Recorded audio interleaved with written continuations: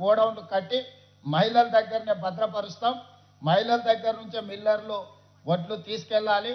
మళ్ళీ బియ్యం చేసి తీసుకొచ్చి అక్కడ అప్పగించే విధంగా ప్రణాళికలు కార్యాచరణ మనం సిద్ధం చేస్తున్నాం. ఈ దానికి కూడా మా సంఘాలను జిల్లా కలెక్టర్లందరికీ నేను ఈ సందర్భంగా ఆదేశాలు ఇస్తున్నా.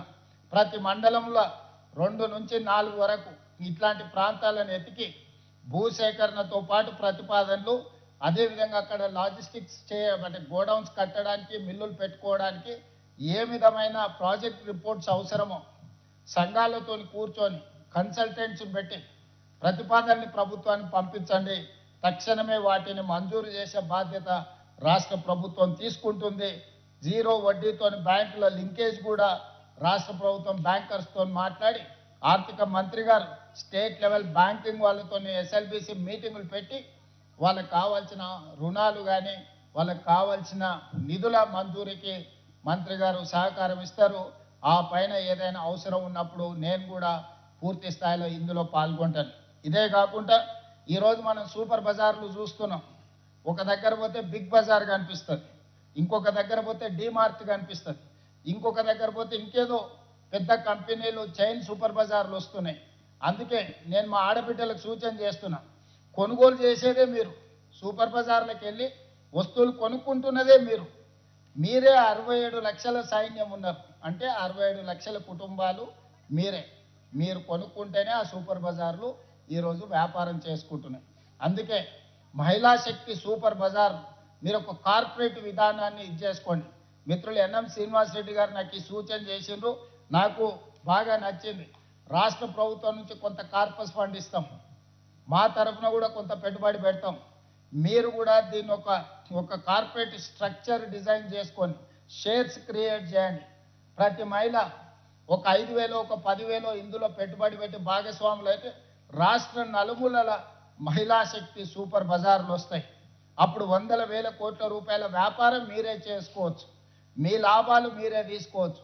ప్రజలు ఏమి కొనుక్కోవాలనుకున్నా నిత్యావసర వస్తువులు కానీ, అత్యవసర వస్తువులు కానీ, తిను బండారాలు కానీ, ఇతర ఏమి కావాలన్నా, మంచి నూనె, ఉప్పు, పప్పు, బెల్లం, చింతపండు ఏమి కావాలన్నా ఒక నాణ్యమైన వస్తువును కొనాలంటే మహిళా శక్తి సూపర్ బజార్లోనే కొనుక్కోవాలనే విధంగా మీరు బ్రాండ్ను ప్రమోట్ చేసుకోండి.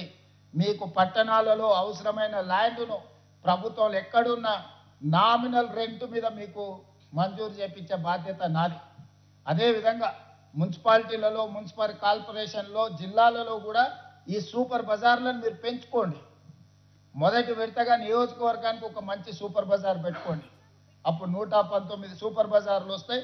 దీనికి సంబంధించి నేను మిత్రులు శ్రీనివాసరెడ్డి గారికి రిక్వెస్ట్ చేస్తున్నా, ప్రభుత్వ స్థలాలు ఎక్కడున్నా ఈ మహిళా సంఘాలకు నామినల్ రెంటు మీద 30 సంవత్సరాల దీర్ఘకాలిక లీజు మీరు ఇవ్వండి. అక్కడ వాళ్ళు బ్యాంకు లింకేజ్ పెట్టుకొని బ్రహ్మాండమైన సూపర్ బజార్లు కట్టుకుంటారు. అక్కడ అన్ని వస్తువులు, ఎందుకంటే గ్రామీణ ప్రాంతాలలో పంటలు పండించేది వీళ్ళే, పంటలు కొనుగోలు చేసేది వీళ్ళే ఐకేపీ కేంద్రాల ద్వారా. ఈరోజు మంచి ఆర్గానిక్ ఫుడ్ అంతా తీసుకొచ్చి సేకరించి మంచి బ్రహ్మాండమైన ప్యాకింగ్తోనే ఆ సూపర్ బజార్లలో ఈరోజు పెట్టుకుంటారు. ఎవరు కొన్నా కొనకపోయినా ఈ 67 లక్షల కుటుంబాలు ఈ సూపర్ బజార్లలో కొనుక్కుంటే ఇవి దేశంలోనే one of the best super బజార్లుగా రాణిస్తాయి. కాబట్టి భవిష్యత్తులో నేను ఇక్కడ ఉండే అధికారులకు మా సీతక్క గారికి సూచన చేస్తున్నా, మీరు ఒక మంచి ప్రాజెక్ట్ రిపోర్ట్ తయారు చేసుకోండి. రాష్ట్ర నలుమూలల ఈరోజు డీమార్ట్ లేకపోతే హెరిటేజ్ లేకపోతే బిగ్ బజార్ల కంటే బెస్ట్ సూపర్ బజార్లు మా ఆడబిడ్డలు పెట్టుకునేవి వస్తాయి. దానికి కావాల్సిన సంపూర్ణమైన సహకారాన్ని అందించడానికి ఈరోజు మా ప్రభుత్వం సిద్ధంగా ఉన్నది. అదేవిధంగా అక్కడ టీవీలో చూస్తుంటే, అక్కడ వీడియో కాన్ఫరెన్స్లో ఉన్న మా ఆడబిడ్డల్ని చూస్తుంటే చాలా సంతోషం అనిపిస్తుంది. అందరు పాలపిట్టల్లాగా అక్కడ బ్లూ కలర్లో కనిపిస్తున్నా. ఆనాడు మీ అందరికీ ఈ రాష్ట్ర ప్రభుత్వం పెట్టే చీర ఆడబిడ్డకు పెట్టే సారే అని చెప్పి ఈరోజు మనం పెట్టినాం. అందరు సంతోషంగా పండగకు కట్టుకున్నట్టుగా ఈరోజు అక్కడ చీరలు కట్టుకొని ఉన్నారు. ఒకప్పుడు ఇచ్చిన చీరలు మీకు తెలుసు, నేను పెద్ద చర్చ చేయదలుచుకోలే.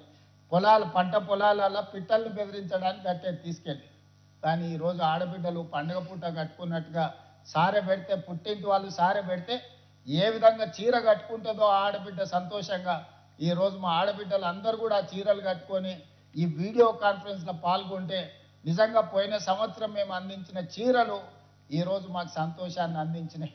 అదేవిధంగా పట్టణాలలో కూడా కొంతమందికి గతంలో ఉత్పత్తి పూర్తి స్థాయిలో రాక వాయిదా పడ్డది. ఇప్పుడు వాటిని కూడా సీతక్క గారు పంపకాలు మొదలు పెడతామన్నారు.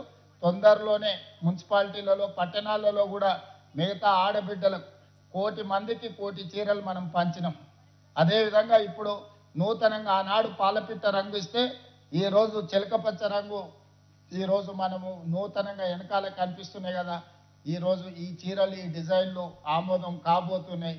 ఈరోజు కొత్త చీరల్ని కూడా మా ఆడబిడ్డలందరికీ కూడా పెట్టడం ద్వారా పండుగ మీ సోదరుడు చాలామంది తల్లి అన్నదమ్ముళ్ళు సొంత చెల్లెళ్ళనే ఇంట్లోకి వెళ్ళగొడుతారు.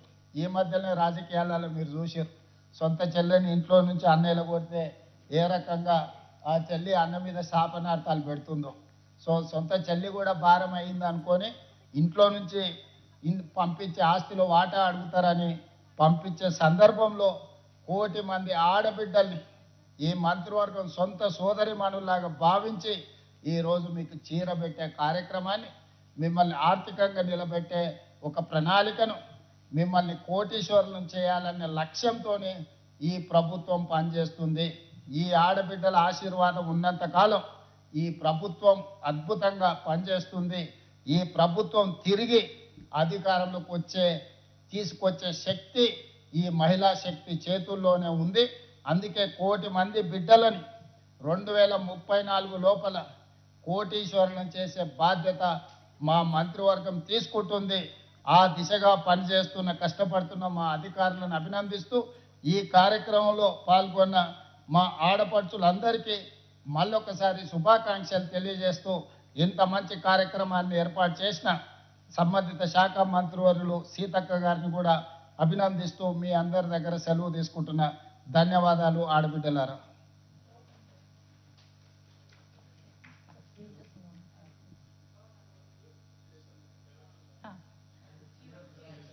సార్ చీర ఇనాగరేషన్ చేస్తారు. ఓకే, ఇంటరాక్షన్స్ ఎవరిని తీసుకుంటుందో కొంత